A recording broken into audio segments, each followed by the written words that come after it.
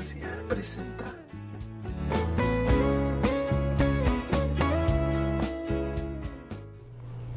Filipenses capítulo 1, versículo 20 al 25.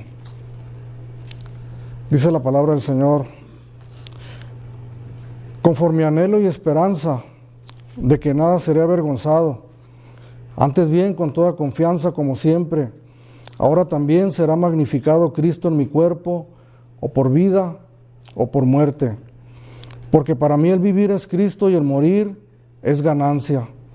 Mas si el vivir en la carne resulta para mí en beneficio de la obra, no sé entonces qué escoger, porque de ambas cosas estoy puesto en estrecho, teniendo deseo de partir y estar con Cristo, lo cual es muchísimo mejor.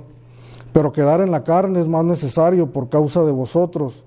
Y confiado en esto, sé que quedaré, que aún permaneceré con vosotros para vuestro provecho y gozo de la fe.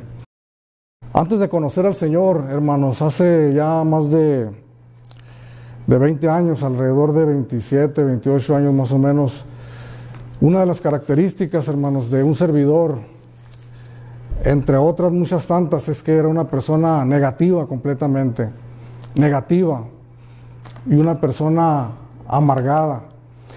A pesar de que el Señor, hermanos, me rescató a la edad de 27 años, joven todavía, llevaba una vida amargada y negativa. Cualquier cosita, hermanos, que pasaba en mi vida, que me ponía alguna traba, algún impedimento, se me cerraba completamente el mundo y me ponía negativo tremendamente. Entonces, cuando el Señor, hermanos, tuvo misericordia de mí, me alcanzó, me levantó, y que comencé a leer la palabra de Dios, yo pude darme cuenta, hermanos, a través de los lentes de la palabra de Dios, que el Señor nos muestra una vida agradable, una vida positiva.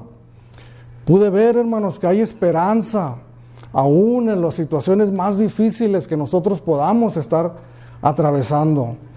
Pude mirar, hermanos, que no hay ninguna cosa, nada, por más negro, por más oscuro que se mire la situación, que nos pueda a nosotros impedir alcanzar la bendición del Señor cada día. Cuando comencé a leer la palabra de Dios, hermanos, me di cuenta que podía ser feliz, que podía gozarme, que podía deleitarme y que lo podía hacer, hermanos, sin necesidad de buscar las cosas que antes me daban esa felicidad pasajera que el mundo da. Pero al leer, hermanos, esta carta de los Filipenses, y yo la he leído varias veces, hermanos, en mi vida, pero al estudiarla, hermanos, detenidamente, uno se da cuenta que el hombre que está escribiendo esta carta, el autor de esta carta, que es el apóstol Pablo, podemos mirar a un hombre optimista, hermanos. Podemos mirar a un hombre feliz, a un hombre gozoso, a un hombre contento, a un hombre pleno, a un hombre que ha alcanzado la plenitud de la vida, a un hombre que se siente satisfecho con la vida. Entonces uno dice, cuando no conoce los detalles de la palabra, dice este hombre, ¿cuál será la razón por la que ese hombre vive de esa manera? ¿Y qué pensaríamos nosotros en este tiempo, hermanos, que vivimos al hablar de un hombre feliz, o un hombre pleno, un hombre satisfecho? Diríamos, le está yendo bien, ¿verdad? En todas las áreas de su vida, económicamente, en la salud, en el amor, como el mundo ofrece salud, dinero y amor, está bien. Por eso vive pleno, por eso vive satisfecho. Pero cuando uno se introduce un poquito más en esta carta y nos damos cuenta de la situación del apóstol Pablo, en qué condiciones estaba él, y miramos, hermanos, que estaba escribiendo esta carta dentro de una prisión, ¿verdad?, en la ciudad de Filipos, y que no tenía un día, ni dos, ni una semana, hermanos. Si nos introducimos un poquito más a escudriñar la carta a los Filipenses, miramos, hermanos, que el apóstol Pablo tenía un tiempo ya largo de que las cosas a la manera que nosotros las mirábamos no le estaba yendo muy bien en su vida personal, que por causa de predicar la palabra de Dios fue tomado preso en Jerusalén, y de ahí, hermanos, fue trasladado de ciudad en ciudad hasta llegar a Roma, la capital del mundo de aquel tiempo. Pero ¿qué sucedió, hermanos, en el trayecto del apóstol Pablo de Jerusalén a Roma? Leemos, hermanos, en el libro de los Hechos que estuvo a punto de ser linchado por una turba enardecida, hermanos, por causa de su fe. Miramos, hermanos, que cuando era trasladado hacia Roma en un barco, naufragaron, ¿verdad? Y estuvo a punto de perder la vida. Y cuando llegaron a la isla de Malta, dice la palabra de Dios que encendieron un fuego, estaba agarrando leña el apóstol Pablo. ¿Y qué fue lo que sucedió, hermanos? Cuando estaba buscando la leña, una serpiente lo mordió. Cuando yo leía esta palabra y estudiaba, hermanos, estos versículos semanas atrás para compartir en la congregación, y yo me acuerdo que estaba pasando una seguidilla de situaciones difíciles en mi vida. ¿Y cuántos de los que estamos aquí, hermanos, con toda sinceridad, hemos mencionado estas palabras y hemos dicho, todo me está saliendo mal, ¿verdad? Me levanté con el pie izquierdo, me tengo que poner listo, porque me están saliendo las cosas mal y este día, quién sabe qué me vaya a suceder, ¿verdad? Pero al estudiar, hermanos, la palabra del Señor, primeramente, uno como pastor, y usted estará de acuerdo, hermanos, que primeramente la palabra, hermanos, nos golpea a nosotros, que es como una espada de dos filos, ¿verdad? Pero que no la trae uno desenvainada perdónenme la expresión, para cortar cabezas en la iglesia, sino que cuando uno se mete en la palabra de Dios, hermanos, primeramente la palabra de Dios lo golpea a uno. Y para mí fue como un par de bofetadas, hermanos, al leer esta escritura y poder comprender cómo un hombre que a pesar de tantas situaciones negativas que estaba pasando él en su vida, podía mirar a un hombre gozoso, un hombre contento, a un hombre feliz. Y si nosotros nos vamos más al fondo, hermanos, y miramos que el apóstol Pablo estaba esperando un veredicto de libertad o de muerte, que estaba en una situación difícil verdaderamente en ese momento, mas sin embargo, ¿a qué dedicaba él su vida? Cuando leemos en los primeros versículos del 13 en adelante, nos miramos que el apóstol Pablo se dedicaba a orar, a clamar a Dios en medio de la situación difícil en donde él estaba. Y yo me preguntaba cuántos de nosotros, porque aquel espíritu negativo, hermanos, que yo tenía cuando no conocía al Señor, de repente quiere venir una vez más a mi vida, porque el Señor nos rescató, ¿verdad? Nos salvó, pero hay algo dentro de nosotros, una naturaleza carnal, vieja, que de repente quiere venir y apoderarse de nuestras vidas una vez más. Pero al mirar, hermanos, la vida del apóstol Pablo y poder mirar, hermanos, la experiencia de este hombre y cómo él continuaba con su vida cristiana, hermanos, sin parar, ni hacerse ni a un lado ni para el otro, continuaba con su vida de oración, como siempre. ¿Cuántos de nosotros, hermanos, a la menor dificultad que se nos presenta en la vida, nosotros paramos, ¿verdad?, de la comunión con el Señor y de seguir clamando a Dios? ¿Cuántos de nosotros dejamos, hermanos, de confiar en el Señor y dejamos de orar, dejamos nuestra vida de oración? Pero este hombre, hermanos, en lo más profundo de su situación, era un hombre desprendido de sí mismo y oraba, y ni siquiera sus oraciones eran por sí mismo, diciéndole: Señor, te pido que me saques de esta prisión, de esta condición tan difícil en la que estoy pasando.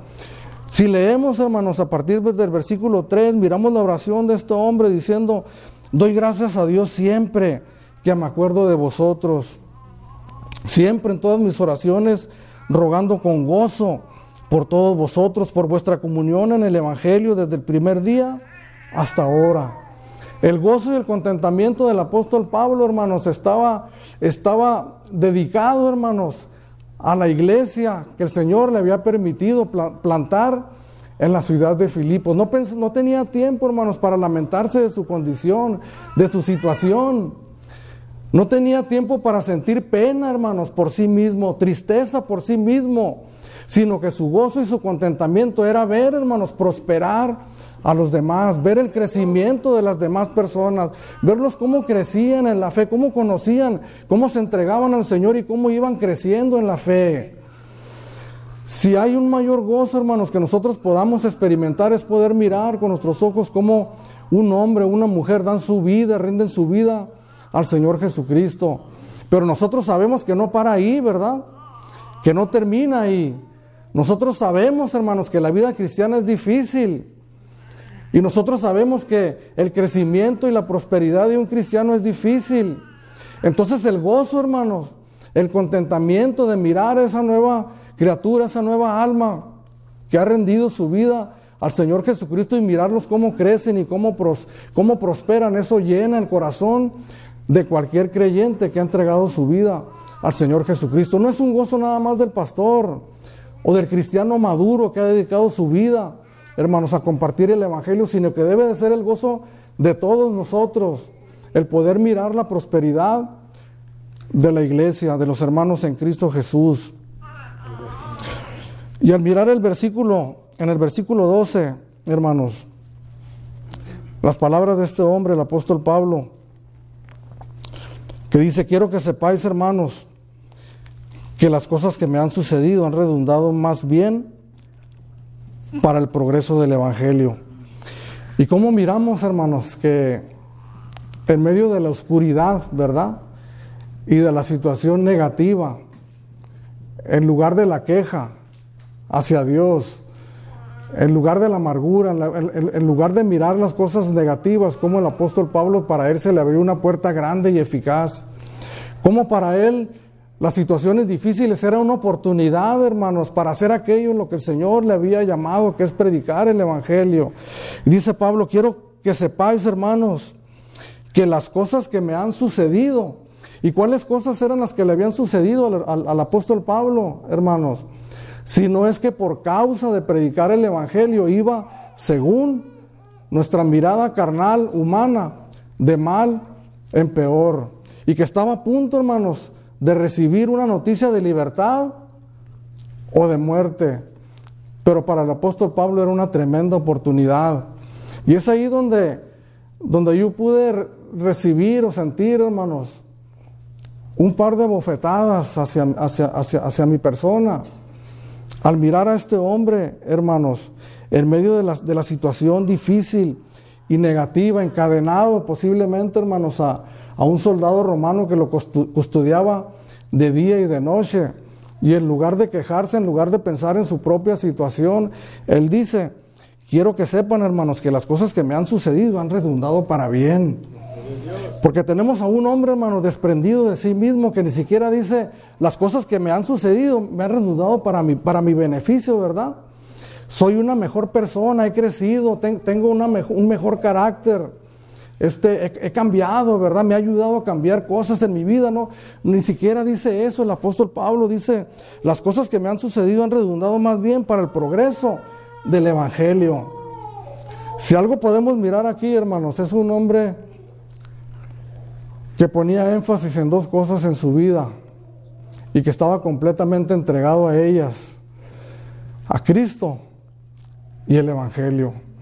Un hombre que había encontrado el verdadero propósito de su vida, hermanos, y el que encuentra el propósito de su vida encuentra el gozo perfecto. Y el propósito de nosotros, hermanos, es entregar nuestras vidas al Señor y servirle con todo nuestro corazón. La plenitud, hermanos, de un creyente está cuando nosotros entendemos que el Señor nos llamó no para vivir para nosotros mismos, sino para vivir para Él. Y la verdad, hermanos, la verdad es de que todos nosotros, cuando llegamos al conocimiento del Señor Jesucristo, ¿cuántas necesidades traemos? ¿Verdad? ¿No es cierto? Y comenzamos a pensar, ¿verdad? Yo necesito esto, necesito aquello, necesito un trabajo, necesito una esposa, necesito un esposo. ¿Cuántas veces escuchamos, pastor, a los varones: hermano, es que necesito a mi compañera, necesito una mujer, necesito un trabajo, necesito una casa, necesito esto, necesito aquello? Pero el Señor, hermano, no nos llamó a nosotros para vivir para nosotros mismos. El Señor nos llamó para que nosotros pongamos nuestras vidas rendidas a sus pies y hacer no lo que nosotros querramos, sino lo que Él quiere que nosotros hagamos. Hacer la voluntad de Dios, hermanos, es la felicidad y es el gozo perfecto en la vida de todo hombre y de toda mujer. Tenemos a un hombre, hermanos, que encontró la felicidad y encontró la paz, porque encontró a Jesucristo como su Señor y como su Salvador y rindió su vida a sus pies. Aleluya. Dice la palabra de Dios, hermanos, que el apóstol Pablo y otros consiervos de él habían dedicado sus vidas por completo a la predicación del Evangelio. No había, hermanos, nada más en la mente y en el corazón de este hombre y de otros, sino Jesús y el Evangelio. Entonces podía decir este hombre, hermanos, quiero que sepan que todo lo que me ha sucedido ha resultado más bien para el progreso del Evangelio.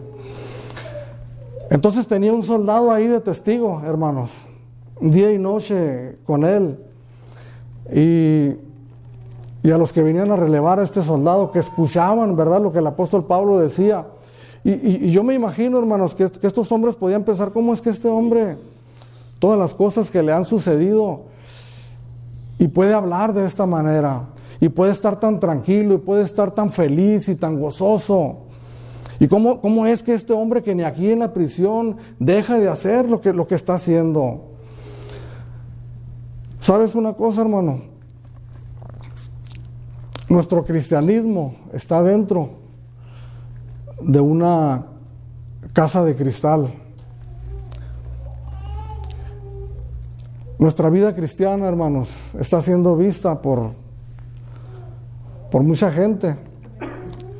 Está siendo vista por nuestros hijos, por tu esposo que no conoce al Señor, por tu esposa. Está siendo vista por nuestros vecinos, por medio mundo que nos conoce, hermanos. ¿Y cómo reaccionamos nosotros ante las situaciones difíciles y adversas, hermanos, de la vida? ¿Cómo respondemos, hermanos, ante las situaciones difíciles de una manera negativa o de una manera pesimista? ¿Cuál es el evangelio que nosotros predicamos, hermanos? O más bien, ¿cuál es el evangelio que nosotros vivimos, verdad? Que cuando pasamos una situación difícil damos 2 pasos para atrás o nos hacemos para un lado y reaccionamos de una manera negativa y nuestros hijos nos están mirando, hermanos. Aquellos que nosotros deseamos y anhelamos que se conviertan al Señor.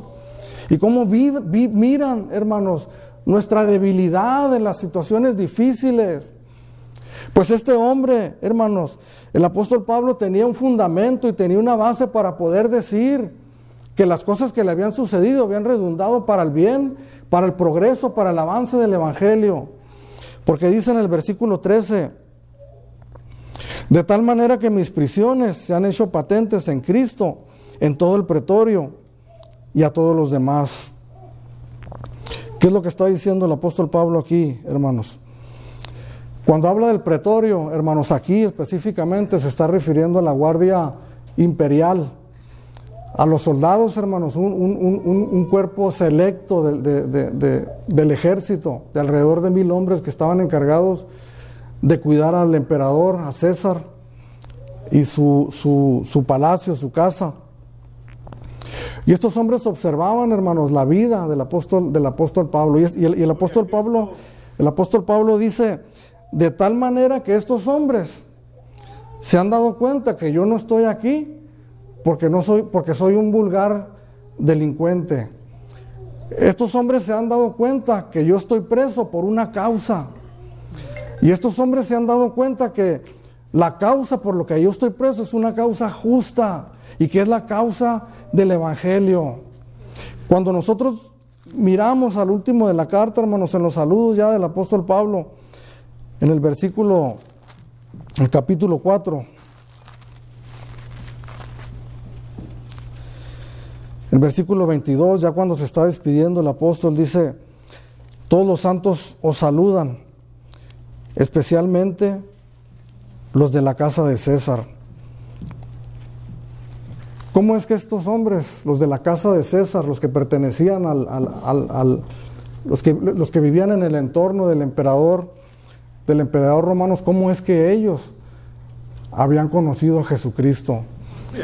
Porque los soldados, hermanos, que miraban la entereza, que miraban, hermanos, el valor del apóstol Pablo y habían quedado tan tremendamente impresionados por la fe de aquel hombre, que ellos mismos se habían encargado de divulgar la fe del evangelio de aquel hombre. Hermanos, la convicción, hermanos, del apóstol Pablo causó una tremenda impresión en aquellos hombres. Yo haría una pregunta aquí, hermanos, en esta tarde. ¿Cuál es la impresión que nosotros causamos dentro del entorno donde nosotros vivimos? ¿Cuál es la impresión que nosotros causamos, hermanos, dentro de nuestras familias que no conocen al Señor? Miran a un hombre, hermanos, o a una mujer completamente convencido de lo que ha creído. Miran a un hombre, a una mujer convencido completamente de que verdaderamente ha encontrado la paz y la felicidad en la persona del Señor Jesucristo. Miran convicción en nosotros, hermanos. Miran convicción en nuestras vidas. ¿Qué es lo que miran? Yo les comentaba a los hermanos en la congregación, y yo les decía, hermanos, que si el lugar donde nosotros vivimos, les decía, si un día me pongo a platicar con mi vecino y le digo que soy cristiano, tal vez él me va a preguntar, ¿a poco eres cristiano? ¿Y cuántos de nosotros estamos en esa misma condición? Y con mucho respeto yo le digo, hermanos, mira a tu esposo la convicción que tienes para servir al Señor. Mira a tu esposa la convicción que tienes para servir al Señor. Mira a tus hijos que eres un cristiano verdaderamente convencido en lo que has creído, como el apóstol Pablo cuando dijo, porque yo sé a quién he creído. De tal manera que mis prisiones se han hecho patentes, visibles en Cristo, en todo el pretorio y a todos los demás. Porque nosotros enseñamos, hermanos, con palabras, ¿verdad? Como lo estoy haciendo en esta tarde. Pero también enseñamos, hermanos, con los hechos. Enseñamos con palabras, hermanos, pero enseñamos con nuestra vida. ¿Y cuál fue el ejemplo, hermanos, del apóstol Pablo, discípulo de Jesucristo, que él recibió? Pues el ejemplo, hermanos, de su Señor Jesucristo, que lo rescató y que lo salvó, que enseñaba con palabras, hermanos, tremendas de poder. ¿A quién iremos, Señor, si solamente tú tienes palabras de vida? Pero Jesús, hermanos, hombre, aquí en la tierra, con una convicción tremenda de lo que había venido. Un hombre que enseñaba, hermanos, con palabras y al mismo tiempo sus discípulos observando sus reacciones, cómo hablaba, cómo contestaba, cómo recibía las ofensas, cómo respondía. Y el apóstol Pablo, hermanos, siguiendo el ejemplo del Señor Jesucristo, igualmente enseñando con palabras, pero enseñando con los hechos. Podemos hablar, hermanos, con palabras elocuentes, de tal manera, hermanos, que la gente puede quedar asombrada y quedar con los ojos abiertos. Pero si esas palabras no van unidas a hechos en nuestra vida, hermanos, esas palabras no sirven para gran cosa. Y esa es mi pregunta para mí, hermanos. Esa es mi pregunta para mí. ¿Qué mensaje está mandando? No tanto mis palabras, sino mis hechos. Porque déjenme decirle, hermanos, que yo allá en Mexicali y en la congregación donde el Señor me ha concedido pastorear y en muchas partes, hermanos, yo miro una falta tremenda de convicción.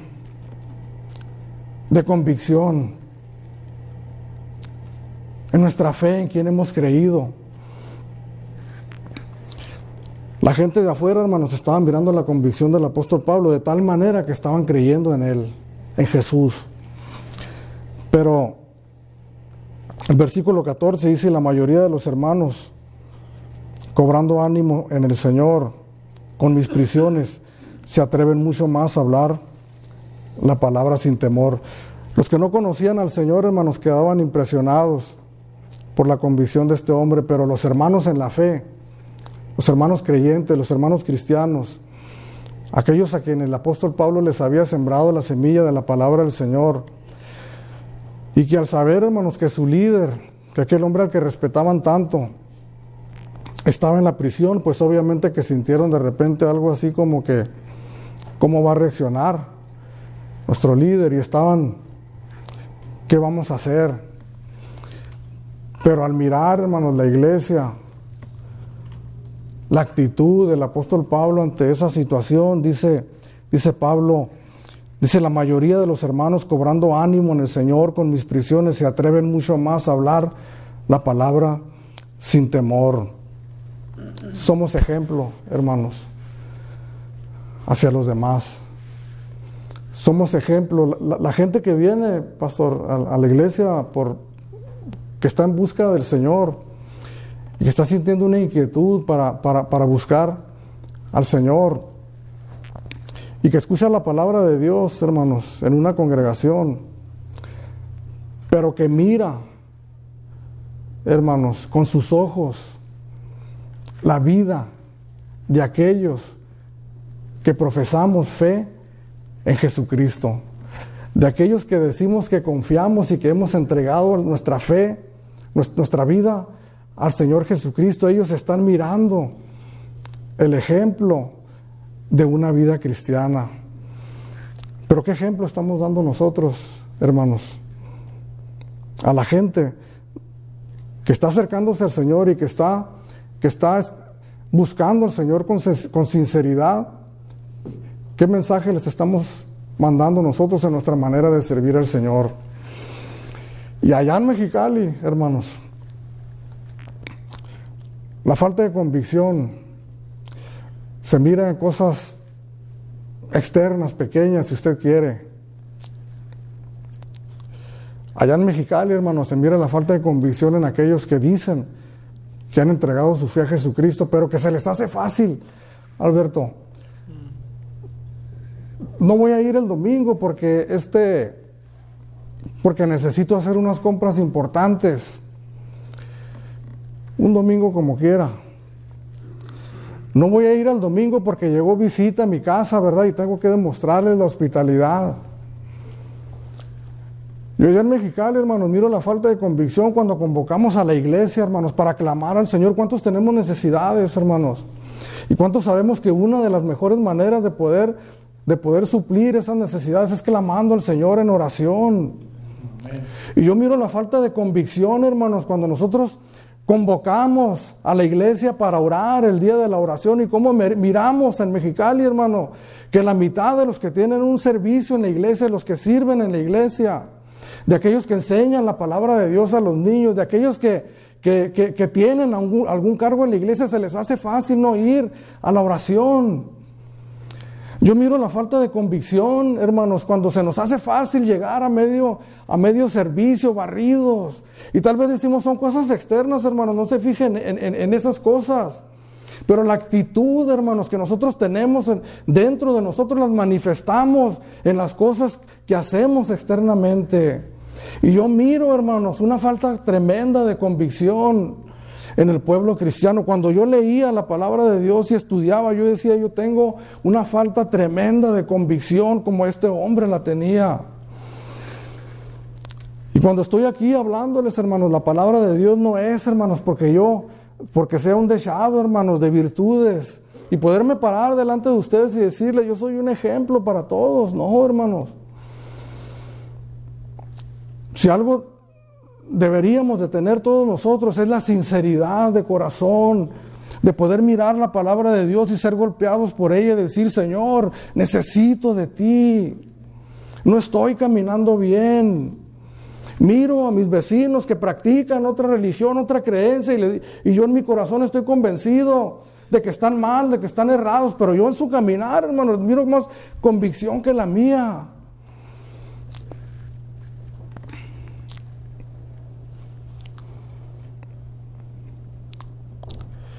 Un hombre, hermanos. Cuando hago mucho énfasis, hermanos, en el apóstol Pablo, no es que estemos levantando a un hombre, sino que estamos mirando el poder de Dios, hermanos, derramado en la vida de un hombre. Y dice la palabra de Dios, hermanos, que el Espíritu que levantó a Jesús de entre los muertos, ese es el mismo Espíritu que ha puesto en cada uno de los que estamos aquí en esta mañana, que hemos recibido al Señor. Y que tal vez no desarrollemos una vida tan tremenda como este hombre, pero sí le aseguro que si nos aplicamos, vamos a desarrollar el potencial completo y total que Dios ha puesto en nuestras vidas. Señor, ayúdanos. Yo cuando oro en Mexicali, hermanos, les comparto, yo le pido en oración al Señor hombres con convicción. Y no soy muy que tal vez es un error mío, pero no soy muy no pido mucho. Digo, el Señor, dame 2 hombres, 2, que no le tengan temor al mundo, que tengan temor al pecado, a pecar, y que tengan temor de ti.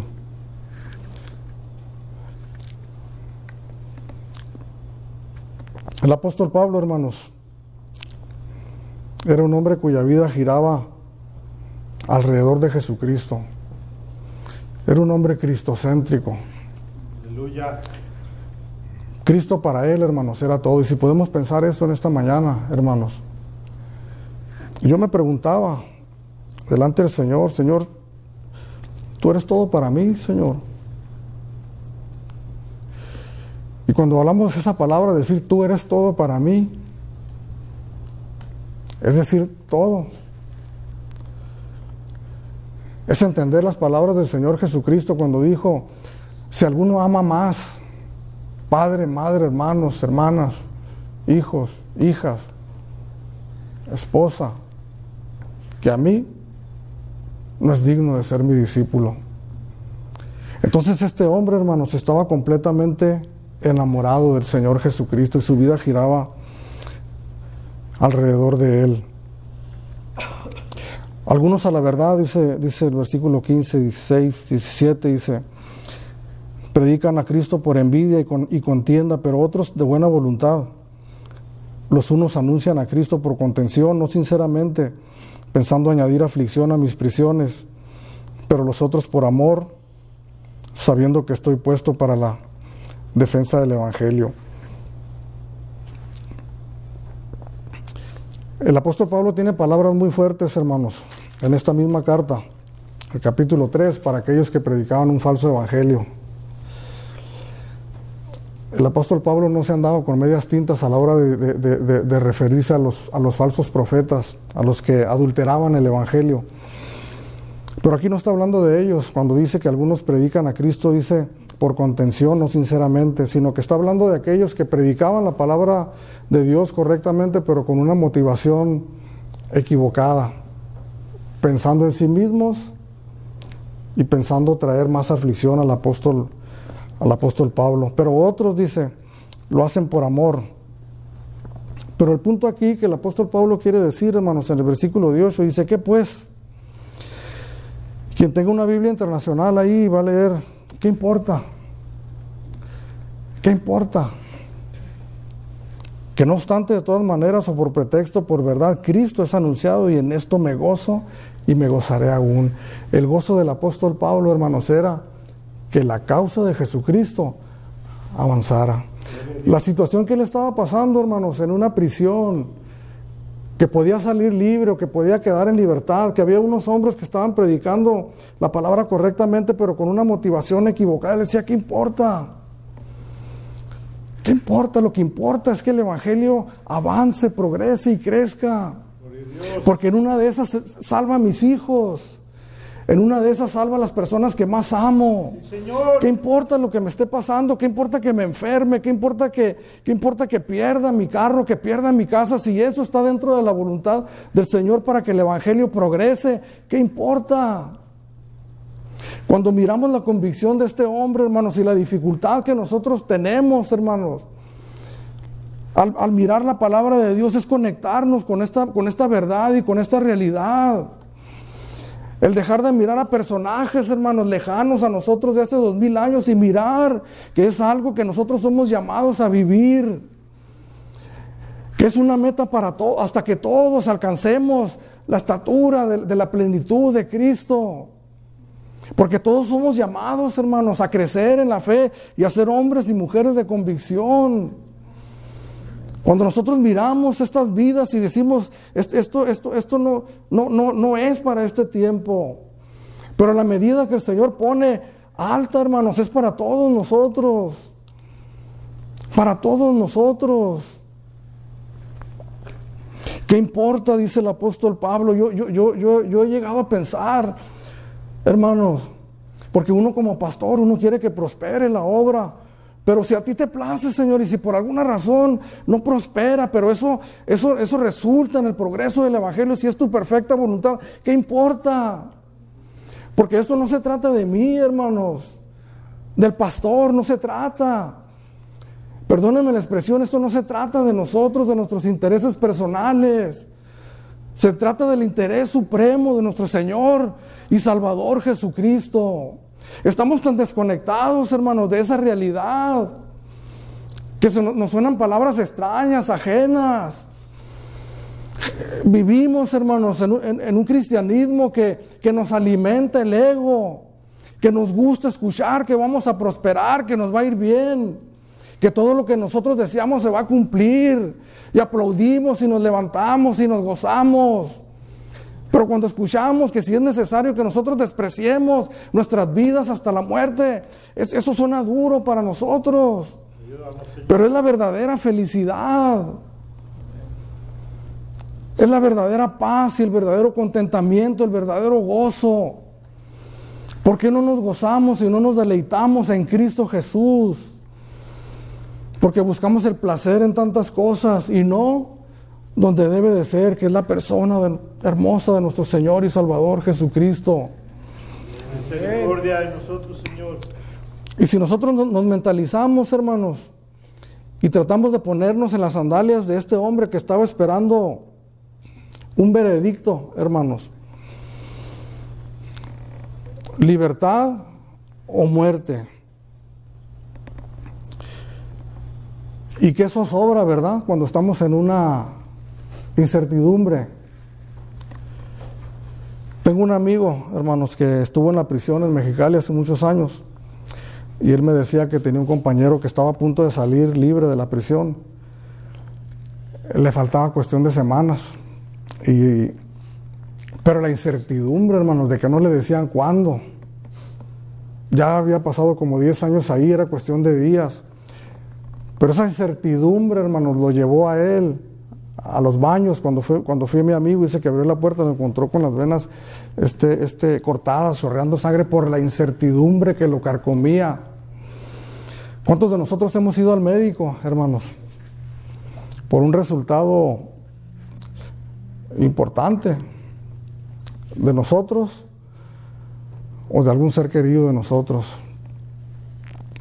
El ir, sentarse ahí en la sala de espera, hermanos, tomar el turno y pasar delante del doctor y mirarlo que está revisando los expedientes, la incertidumbre.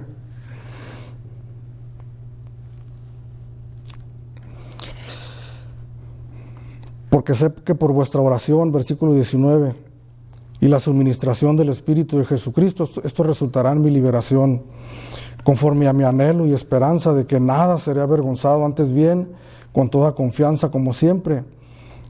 Ahora también será magnificado Cristo en mi cuerpo, o por vida, o por muerte.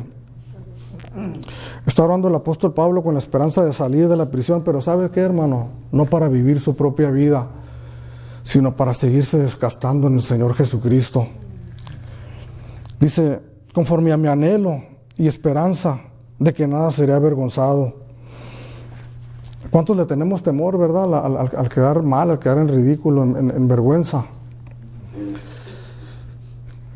Pero ese no era el temor del apóstol Pablo, de que su reputación o de su fama quedara hecha a pedacitos, sino que la preocupación, hermanos, del apóstol Pablo es que en medio de la prueba y en medio de la dificultad él pudiese fallar de tal manera que su falla deshonrara el nombre de Jesucristo. Hay una biografía, hermanos, que le recomiendo, de David Brainerd, el estudiante que oraba, dice abajo. Es un libro pequeño. Este muchacho que murió a la edad de 29 años y que desgastó su vida para el Señor, él no escribió su biografía para que la gente la mirara, él la escribió como un diario. Y el pastor Jonathan Edwards, que lo tuvo los últimos días en su casa viviendo, él publicó este diario. En las oraciones de él cuando estaba muy enfermo de tuberculosis, a punto de morir, él le pedía al Señor, Señor, que no deshonre tu nombre en medio de mi enfermedad.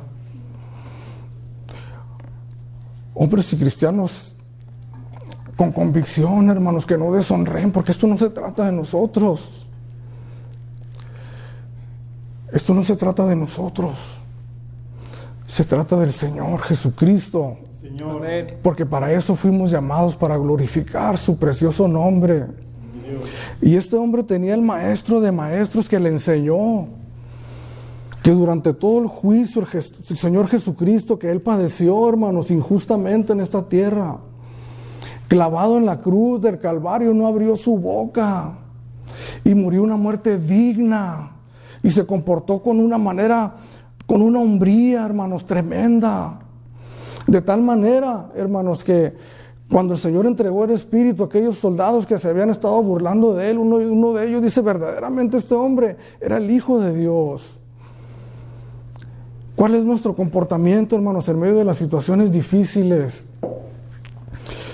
Hermanos, si usted me permite compartirle una experiencia, hermanos, de mi esposa que está aquí, que me acompaña en esta mañana.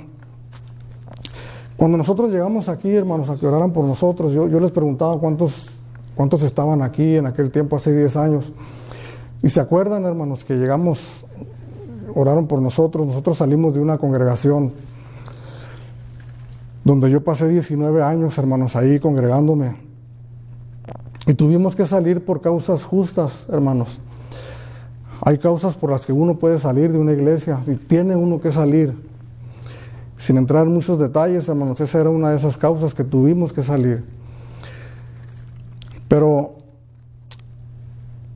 unos 2 años antes, hermanos, unos 2 años antes de que sucedieran esas cosas, yo tenía 17 años que el Señor me había rescatado de una vida desordenada, hermanos, de adicciones y de tantas cosas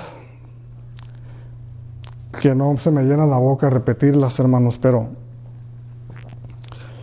ahí en la congregación había varias personas que habíamos caminado juntos en la misma vida esa desordenada. Entonces empezamos a saber, hermanos, tener conocimiento de que muchos de nuestros compañeros que habían andado con nosotros en esa misma vida empezaron a morir, hermanos, uno tras otro. Allí en la iglesia había un hombre que estaba enfermo a causa de sus adicciones a las drogas. Y yo lo miré morir a él, hermanos. Miré su proceso, su enfermedad, una enfermedad terrible, dolorosa. Me acuerdo que de repente él divagaba y lanzaba unos quejidos de dolor tremendos, hasta que finalmente una muerte lenta, hermanos, progresiva. Entonces me dice mi amigo y hermano en Cristo, me dice, ¿sabes qué? Mucha gente está muriendo, gente que nosotros conocimos, gentes con los cuales compartimos las herramientas para usar aquella cosa. Entonces yo no reaccioné como el apóstol Pablo, hermanos, con valor y con vigor, ¿verdad? Nuestras vidas están en nuestras manos, hay que confiar. No, me atemoricé. Él ya se había practicado el examen y me dijo, salí positivo. Es una enfermedad que no sé cómo le llaman aquí, pero allá se llama hepatitis C. Es una enfermedad ocasionada por el uso de jeringas compartidas unas con otras, por transfusiones de sangre, y muy rara vez, pero llega a suceder por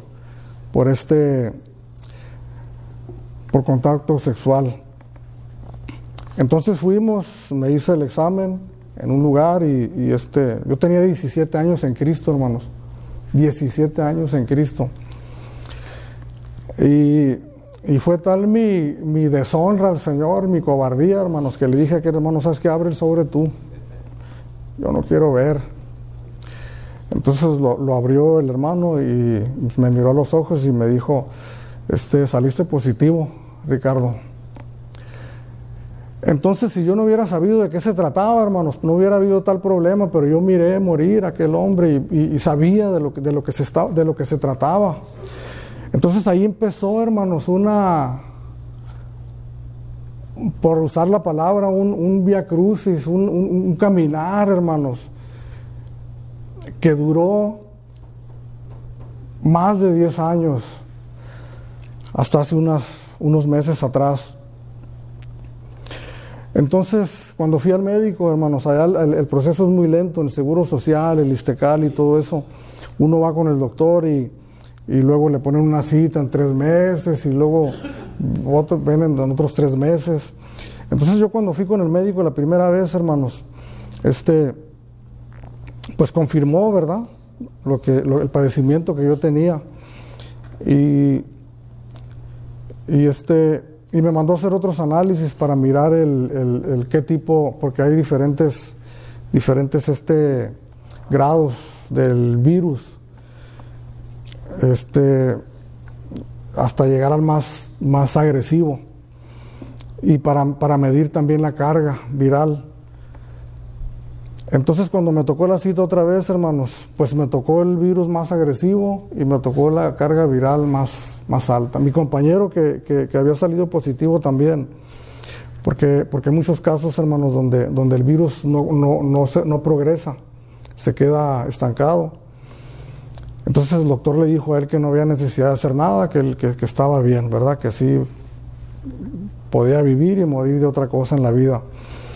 Entonces varios hermanos que pasaron el mismo proceso, resultó igual con ellos, ¿verdad? No progresaba la enfermedad, y yo los miraba en la iglesia, hermanos, sentado ahí, los miraba que pasaban y daban testimonio. Señor, pues le doy gracias al Señor porque me sanó. Entonces yo en medio de esa situación, hermanos, yo no me gozaba, hermanos, con aquellos testimonios. Yo más bien, de lo más profundo de mi corazón, yo le reclamaba al Señor, hermanos, esa es la realidad. Le decía, yo quisiera estar ahí dando testimonio porque a mí no me resultó como ellos. Yo estoy siendo honesto con ustedes, hermanos, sinceros, en que todos nosotros, hermanos, cuando conocemos al Señor, hay muchas cosas que nosotros tenemos que cambiar en nuestra vida, tenemos que afirmar, y que no van a suceder de ninguna otra manera más que cuando Dios, hermanos, por su misericordia y por su gracia, permite que nosotros pasemos por diferentes situaciones.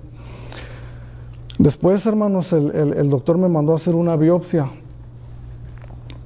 en el hígado, y cuando fui con él otra vez, a los meses, me dijo, tú tienes un daño en tu hígado. Entonces, hermanos, yo iba de mal en peor las noticias que me estaba dando el médico. Honestamente, aquel hombre negativo regresó, ¿verdad?, a mi vida. Yo le dije al doctor estas palabras, a lo mejor se va a reír, pero yo le dije al doctor, esas fueron mis palabras, doctor, ¿cuánto tiempo me queda de vida?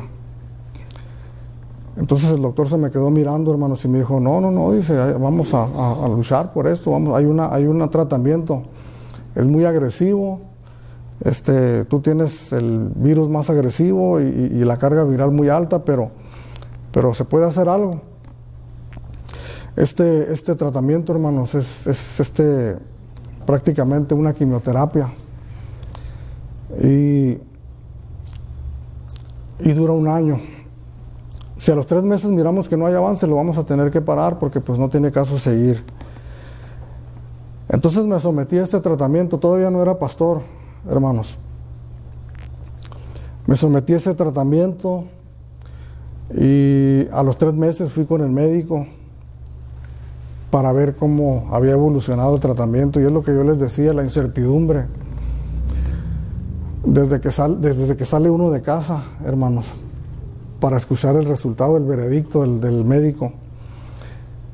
Y cuando estaba ahí frente a él, me miró los ojos y me dice: Ricardo, no te tengo buenas noticias. Entonces yo me le quedé mirando y asimilé, ¿verdad? Y le dije: pues ni hablar, doctor, ¿verdad? Pues hay que seguir adelante. Pero hay estudios, dice, tal vez en unos 2 años o 3, va a salir otro tratamiento. En esa situación, hermanos, se estaba dando lo de la congregación donde yo me duré 19 años ahí. Entonces hubo necesidad de salir de ahí, y yo no tenía, hermanos, la intención de abrir una iglesia o de levantar una obra. Yo quería buscar una congregación porque creo, hermanos, firmemente en la congregación. Soy un hombre, hermanos, de congregación. No concibo, hermanos, un domingo fuera de la casa del Señor en el día del Señor. Entonces me dice el doctor: hay que traer a tu esposa para checarla. Es muy raro, pero nomás para estar seguros. Entonces yo clamé al Señor. Yo ya, desde ese momento, hermano, yo ya pasé a segundo término. Yo le dije al Señor, perdóname la expresión, hermanos, muy mexicana: Señor, perdóname, hermanos, pero así le dije al Señor: Señor, a mí que me lleve el tren, pero a mi esposa no, Señor, por favor. Entonces yo llevaba una seguidilla de noticias negativas, hermanos. Voy con mi esposa, se hace el examen, yo esperándolo con ansias, hermanos. Y ella me dice: salí positivo. Y aquello fue un golpe, hermanos, tremendo. Yo ya tenía un tiempo que había terminado el tratamiento y ella empieza su tratamiento. Yo les preguntaba, hermanos, si cuántos se acordaban cuando venimos, porque después, cuando los hermanos fueron a inaugurar la obra allá en Mexicali, ella ya había pasado el tratamiento y se había repuesto un poco. Pero la hermana, recuerdo que oye, hermana, ¿qué repuesta está? Cuando fue a la iglesia se miraba mal, estaba enferma. Entonces nosotros esto no lo comentamos casi con nadie, hermanos. Mi hermana no lo sabía, mis sobrinas, mis hijos, nadie sabía eso. Pero cuando nosotros llegamos aquí, hermanos, mi esposa llegó en unas condiciones muy deplorables físicamente.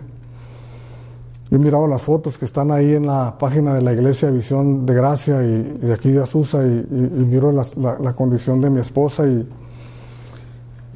ella fue a los 3 meses, el tratamiento estaba funcionando, pero pasó un año así, hermanos. Y yo recuerdo, hermanos, que en una ocasión yo duré como 3 domingos saliendo de casa para buscar una iglesia donde congregarnos. Y me acuerdo que una mañana, hermanos, un domingo por la mañana, me cambié, me alisté y le dije: voy a visitar una iglesia, necesitamos congregarnos. Eran como las 9 de la mañana, más o menos, 9:30. Y mi esposa estaba llorando, hermanos.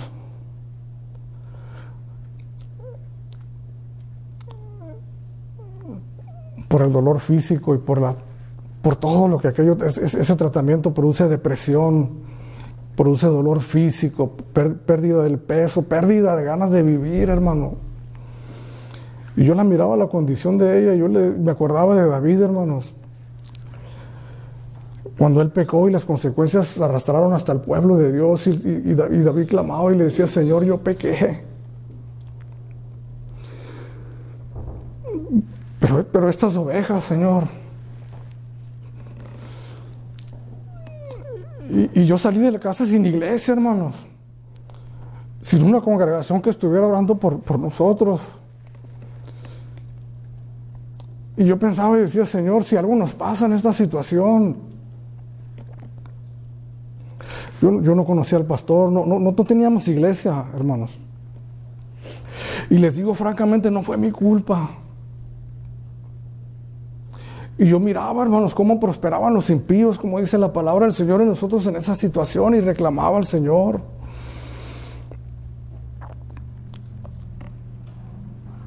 Salí a buscar la congregación, hermanos, y dejé a mi esposa llorando, hermanos, tendida ahí en la cama. A partir de ese momento yo ya mi vida ya no importaba, hermanos. Estaba enfocado en ella y ya platicaba con ella y le decía, ¿sabes qué? Perdóname. Perdóname.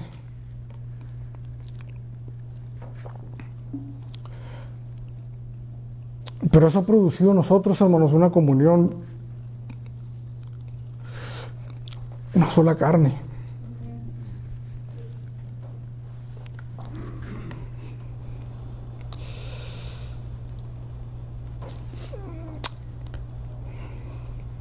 Cuando ella terminó su tratamiento, pues el doctor le dio buenas noticias que había tenido un buen efecto el tratamiento, pero el tratamiento que había en aquellos tiempos, hermanos, y que fue el mismo que recibí yo, no era muy seguro. Y a los meses volvió la enfermedad.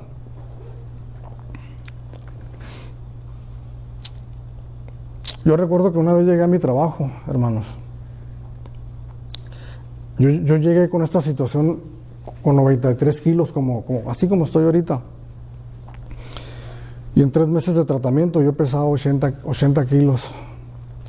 Recuerdo que una vez llegué a mi trabajo, hermanos, arrastrando los pies, con los hombros caídos, como en la canción de Marino, y con la cabeza agachada. Y había unas personas ahí que iban muy tempranito a jugar béisbol. Y de lejos escuché que gritaron, ¡ánimo! Entonces yo volteé, hermanos, y medité para mí.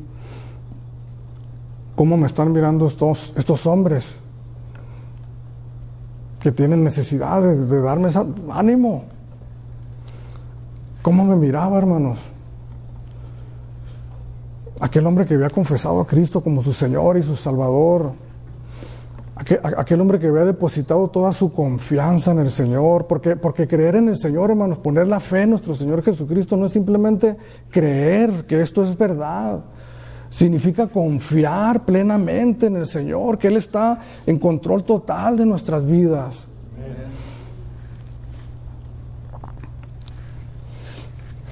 Como a los 4 años, hermanos, de empezar esa situación, me dijo el doctor, ya salió otro tratamiento,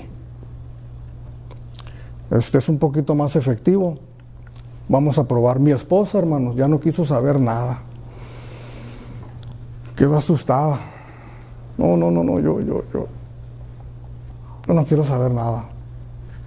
Entonces dije, voy a ir primero yo, gracias, Señor. Voy a ir primero y a ver qué pasa. Para eso, hermanos, yo ya era pastor de la congregación Visión de Gracia en Mexicali. Y yo la pensé mucho, hermanos, para iniciar la obra.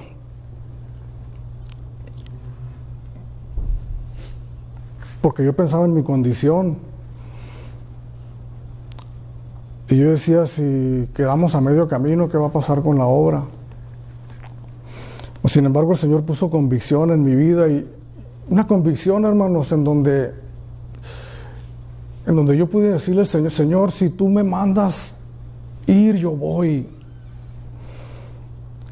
No porque yo quiera a fuerza ser pastor. Si eso es lo que tú me estás pidiendo, yo voy y pongo mi confianza en tus manos. Y pongo mi vida en tus manos. Entonces inicié el tratamiento, hermanos. Una vez más, nosotros ya no estábamos en el lugar donde inauguraron la primera vez, que era una casita pequeña. Nosotros ya estábamos en otro lugar, en Mexicali. Entonces yo ya sabía de lo que se trataba aquello, el tratamiento difícil. Y yo le dije a un hermano en la congregación que me apoyaba a predicar, le dije, ¿sabes qué? Voy a ocupar ayuda porque yo ya sé de qué se trata esto. Unas semanas más empiezo, le digo, para que ores por mí, pues voy a ocupar tu ayuda.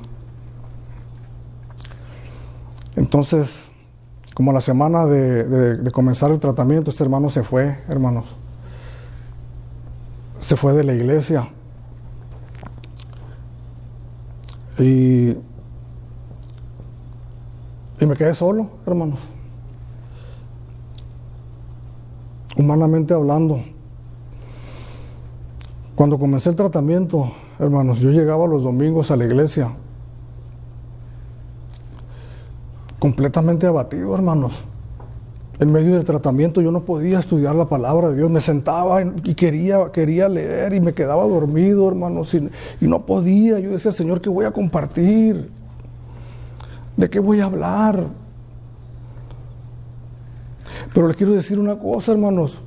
Yo recuerdo aquellos tiempos y fueron los domingos más fructíferos en el que Dios usó esta pobre vida para predicar su palabra. Porque Dios, hermanos, me enseñó que Dios es fiel.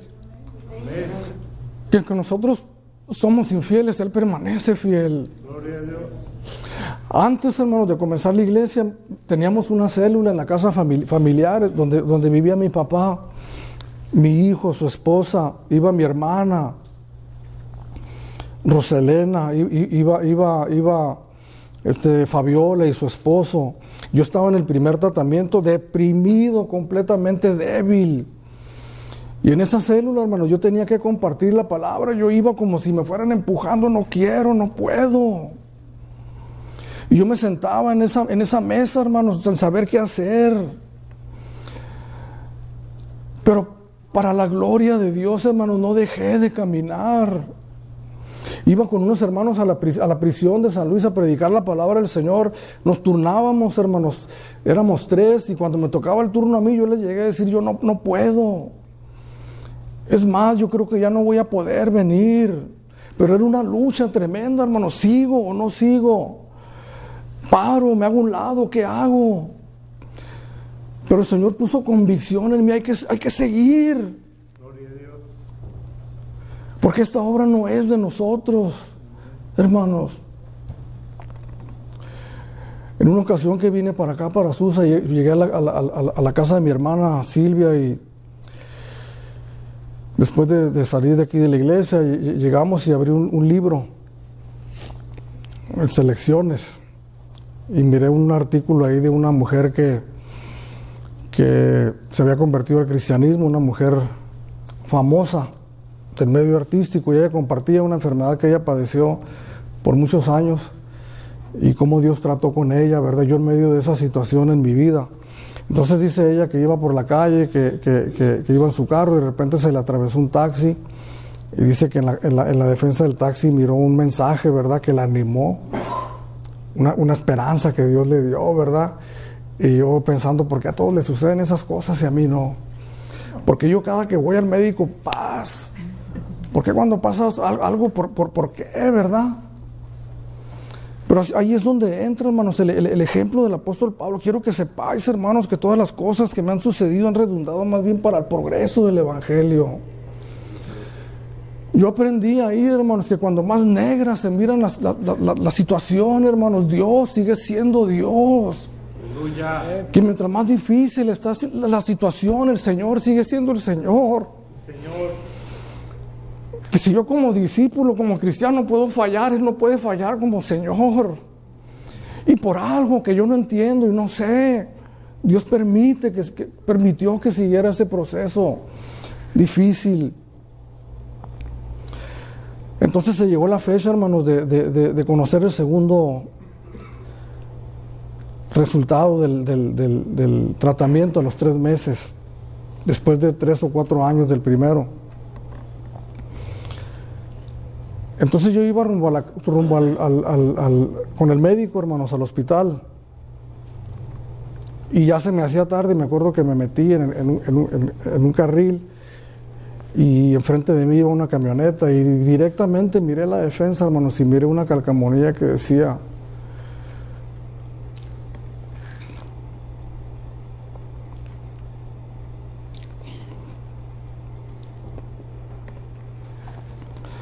no moriré, sino que viviré, y contaré las obras de Jehová. Entonces yo me agarré de esa promesa, hermanos, y llegué con el médico, y me miró los ojos y me dijo: Ricardo, no te tengo buenas noticias. Ya para ese entonces, hermanos, yo había depositado mi vida en el Señor. Yo platicaba con mi esposa y le decía: ¿sabes qué? Nuestras vidas están en las manos del Señor.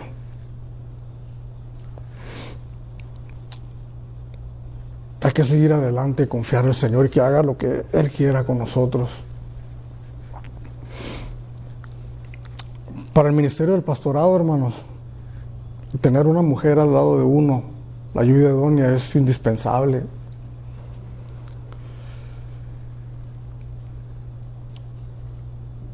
Y en los momentos difíciles, tener una mujer de Dios al lado de uno es una de las mejores bendiciones que Dios nos puede dar. Seguimos sirviendo al Señor, hermanos. Mi esposa ya no quiso ir. Yo sabía que aquello estaba haciendo su trabajo. La única defensa que teníamos: hay que cuidarnos, hay que comer bien, hay que evitar cosas que nos hagan daño, hay que orar y hay que confiar en Dios, porque la ciencia no tiene nada para nosotros. Entonces el médico me dijo: pues los estudios siguen, ¿verdad? Y, en unos 3 o 4 años puede ser que salga algo.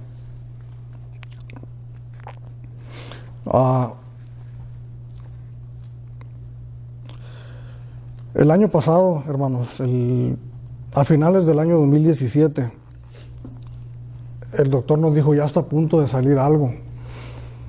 Después de prácticamente 10 años de todo ese proceso. Y por fin nos dijo: ya está ahí, ¿verdad? Nada más hay que llenar unos papeles, tráete a tu esposa. Este tratamiento no hay reacciones, es muy tranquilo, es prácticamente seguro, 95% de seguridad, efectivo. Entonces yo le dije a mi esposa: ya salió un medicamento nuevo. Entonces llenamos los papeles y nos dijo el médico: vamos a hacer unos estudios para que nosotros nos revisamos cada 6 meses para checar nuestra condición. Entonces nos dijo: hay que actualizar los estudios, hay que hacer un laboratorio, un examen de sangre, un ultrasonido, y seguimos adelante. Entonces fuimos, llegamos con el doctor, con los resultados. Era el tiempo que estábamos esperando nosotros, hermanos, confiando en el Señor. Entonces cuando el médico mira los resultados, me dice: pues tú vas a empezar, pero tu esposa no, porque tiene algo ahí raro en el hígado. Entonces le voy a mandar con el oncólogo para que la revise, pero tú sigues adelante. Fue la más buena noticia que me dieron,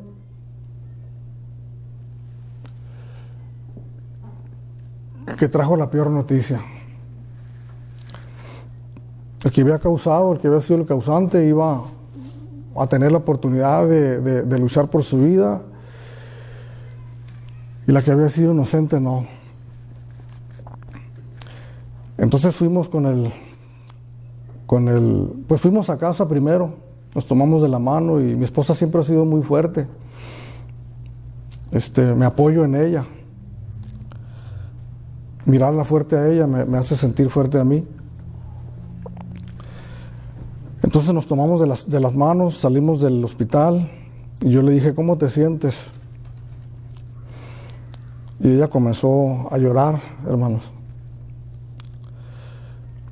Llegamos a casa y platicamos muchas cosas,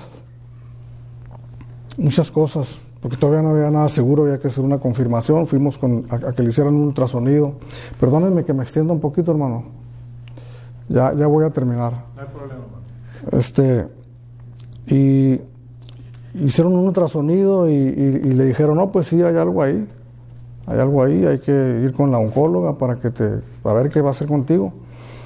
Entonces ella entró, hermanos, con la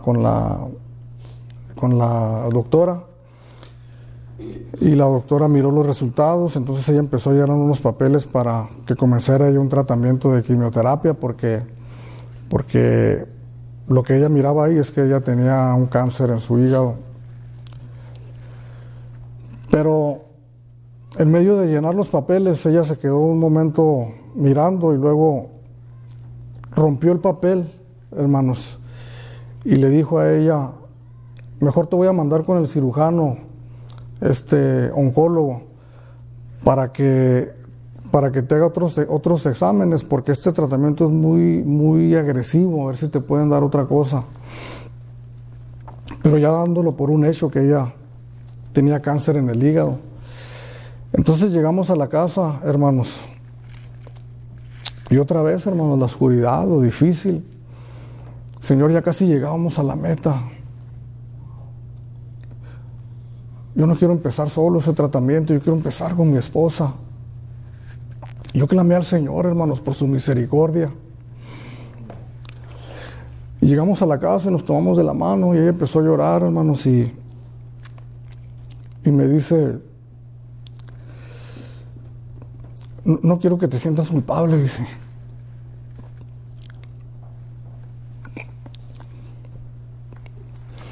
Y si quieres te puedes casar otra vez.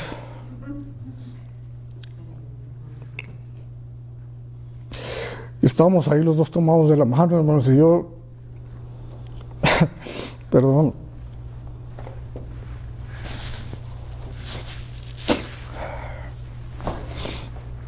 honestamente yo le dije a ella, ¿sabes qué? Le dije, yo no me voy a volver a casar.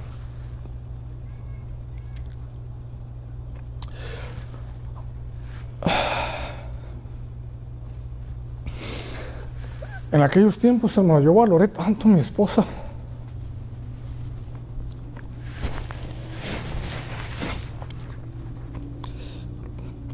Y yo no me imaginaba, hermano, mi vida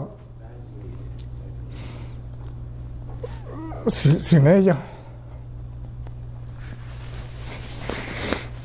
Un hombre difícilmente puede durar un año solo, hermanos. Pero yo decía, Señor, si tú te la llevas, yo quiero mantenerme firme, solo.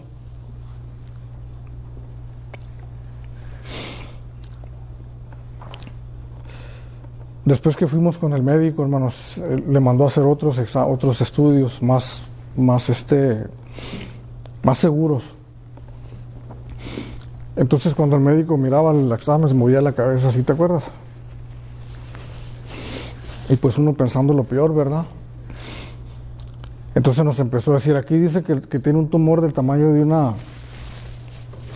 una toronja. Pero aquí no se mira nada, dice. Esto está mal. Y su esposa no tiene nada, dice. Entonces podemos empezar el tratamiento juntos. Sí, se vayan con el doctor, me hizo papel. y empezamos los dos el tratamiento el año 2017, el 2018 en marzo, por ahí más o menos, y lo terminamos en noviembre del año pasado. Y el médico nos había dicho, hermanos, 95% seguro. Somos seres humanos, hermanos. Yo me considero un hombre de Dios, hermanos. Pero también me considero un ser humano débil. Que sin el Señor no soy nada. Toda la fortaleza, toda la entereza que yo pueda acumular viene de parte de Dios. Porque yo como ser humano soy débil.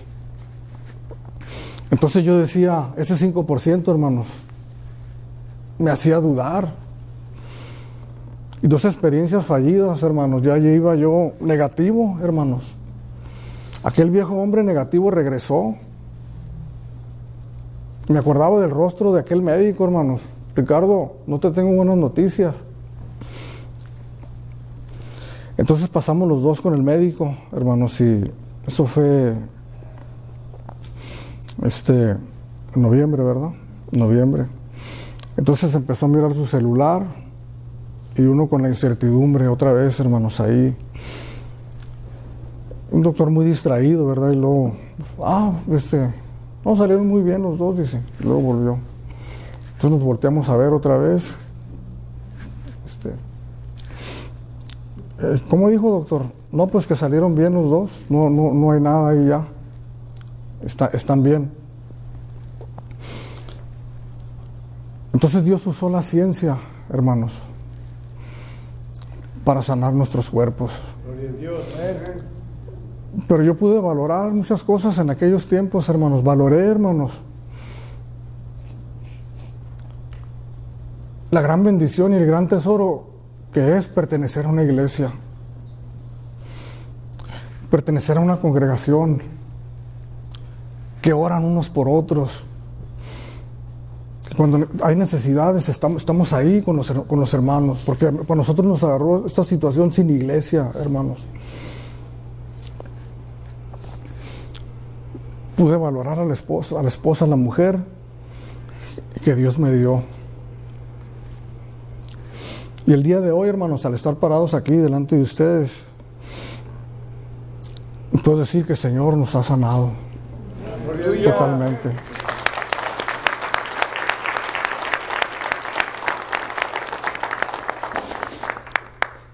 Pero que me ha enseñado unas cosas tan tremendas. Por eso les decía al principio yo, hermanos, la palabra sola, hermanos, en la mente,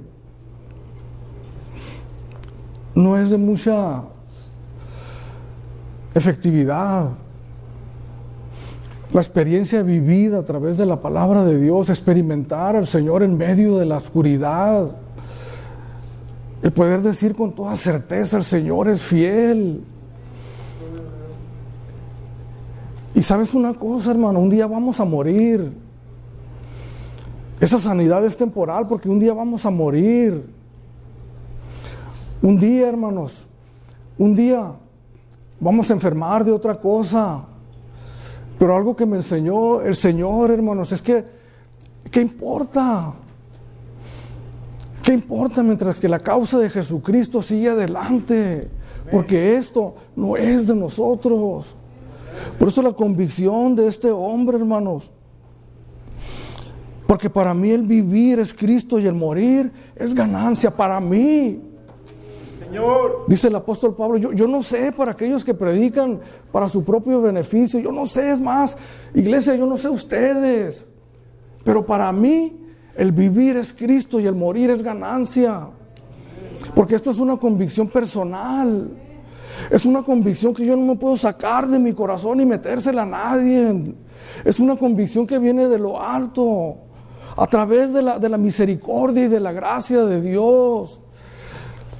¿Hasta qué punto es nuestra entrega y nuestra convicción en Dios, hermano? ¿Hasta qué tamaño, hasta qué medida digo yo me tengo que entregar a Dios? ¿Cómo lo puedo describir mi entrega a Dios? Estas palabras lo describen perfectamente, un hombre convencido. Pues para mí el vivir es Cristo y el morir es ganancia. Mas si el vivir en la carne resulta para mí en beneficio de la obra, no sé entonces qué escoger, porque de ambas cosas estoy puesto en estrecho, teniendo deseos de partir y estar con Cristo, lo cual es muchísimo mejor. Pero quedar en la carne es más necesario por causa de vosotros. Había una incertidumbre en el apóstol Pablo en qué decidir, en donde todos nosotros no dudaríamos, dijéramos, yo quiero vivir, yo no quiero morir, yo quiero vivir. Él dudaba, ¿qué haré? ¿Viviré? O mejor suelto las amarras y parto con Cristo, lo cual es muchísimo mejor. Porque este mundo es difícil, hermanos. Es difícil. Y mucha gente quiere morir mejor. Mucha gente se corta las venas, se da un tiro en la cabeza porque no soportan la presión del mundo y piensan que van a descansar. Cuando no es así, pero nosotros sabemos, ya sabemos que partir con Cristo es muchísimo mejor. La palabra de Dios describe esta vida, hermanos, como una leve tribulación momentánea. Aparte de las aflicciones de este mundo, el creyente sufre más. ¿Por qué sufre más? Porque este mundo no está ideado para el creyente, para el genuino, el cristiano. Este mundo, hermanos, nos es extraño. Somos peregrinos y extranjeros sobre esta tierra. Todo lo que ofrece este mundo no es para nosotros. De tal manera que el apóstol Pablo dice, yo mejor me quiero ir, porque esto es muchísimo mejor. Pero ¿sabes qué? Por causa de vosotros, mejor me quedo aquí. Dice, mas si el vivir en la carne resulta para mí en beneficio de qué, hermanos. Porque nosotros decimos quiero vivir, pero la gran pregunta es ¿para qué? Yo les diría a los jóvenes que están aquí, quiero vivir. Yo te preguntaría ¿para qué? Los que tenemos cierta edad y le tenemos temor a la muerte, Señor, quiero vivir. Sí, pero ¿para qué? ¿Para ti? ¿Para nuestros deseos egoístas? ¿O para entregarle completamente mi vida en rendición a Cristo? Y decirle, toma mi vida, Señor, y haz conmigo lo que tú quieras. Eso aprendí, algo que de ninguna otra manera yo pudiera haber entendido.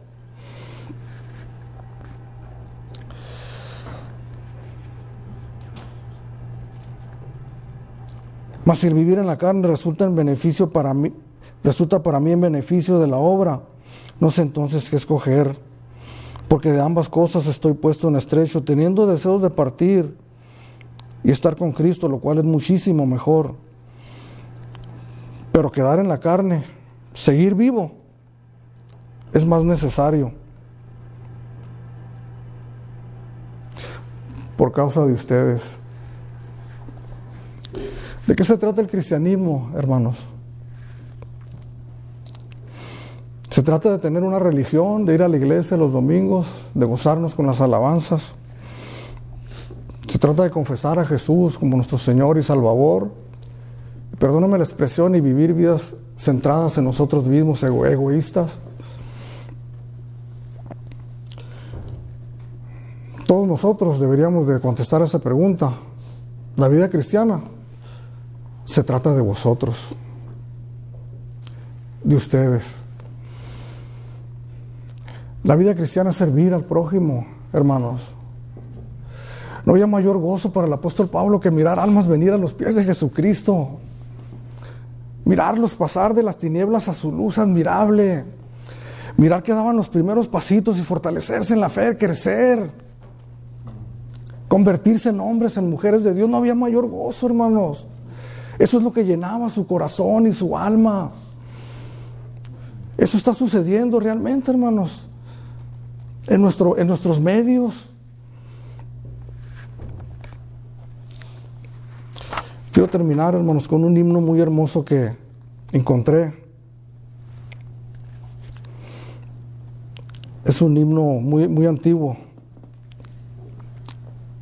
de un hermano. Usted lo puede encontrar en internet. Es del inglés traducido al español, pero usted sabe que en la traducción pierde a veces parte de su belleza, ¿no? Literaria. El hermano es Will L. Thompson. Will L. Thompson. Y escribió un himno que se llama Jesús es todo para mí. No sé por qué razón, hermanos, cuando uno lee escritos de los años 1800, encuentra uno cantos y mensajes tan hermosos, centrados en Cristo y alejados de nosotros completamente. Hice una estrofa de este himno, hermanos, que escribió este hombre, que dice: Jesús es todo para mí, bajo el cielo. Él es mi fuerza y mi vigor, día tras día. Él es mi dicha, mi gozo y mi consuelo. Y sin su ayuda y sin su amor yo caería.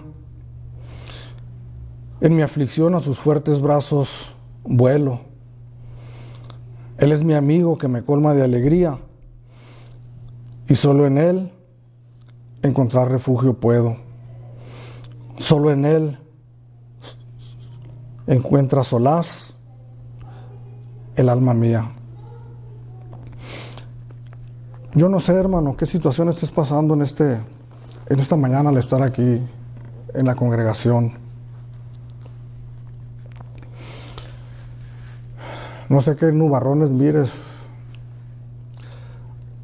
venir a ti. O que tal vez en este momento ya estás en medio de ellos.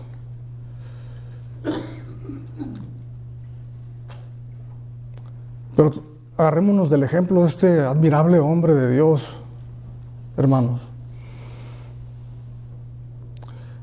que en medio de la más grande necesidad y aflicción, él podía mirar la luz y la esperanza real, verdadera, poniendo sus ojos en la persona de su Señor Jesucristo.